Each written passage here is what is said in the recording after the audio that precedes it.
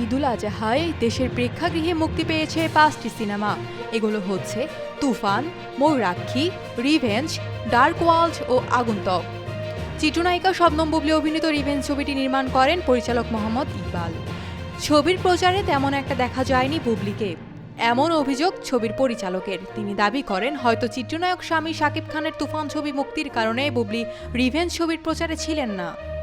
এদিকে সার্বিক বিষয় নিয়ে গণমাধ্যমে কথা বলেছেন বুবলী। তিনি জানান তিনি তার সিনেমার প্রতি দায়িত্বশীল, তাই ঈদের আগে বিএফডিসিতে অনুষ্ঠিত রিভেঞ্জ সিনেমার সংবাদ সম্মেলনে উপস্থিত ছিলেন।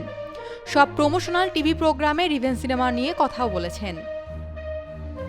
রিভেঞ্জ সিনেমার পরিচালকের অভিযোগের বিষয়ে তিনি বলেন, তাহলে কোথায় প্রচারে থাকলাম না, এখানে তুফান এলো থেকে।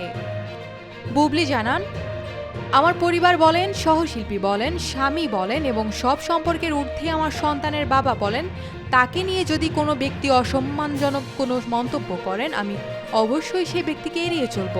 তাই যেদিন থেকে দেখেছি শাকিব খানকে নিয়ে ইকবাল ভাই আপত্তিকর মন্তব্য শুরু করলেন, তখন থেকেই আমি তাকে এড়িয়ে চলি।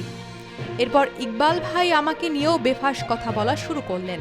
এসব পরিস্থিতির আগেই রিভেঞ্জ ও ব্রিটে সিনেমার শুটিং শুরু হয়, যার কারণে পেশাগত জায়গা থেকে কাজগুলো শেষ করেছি।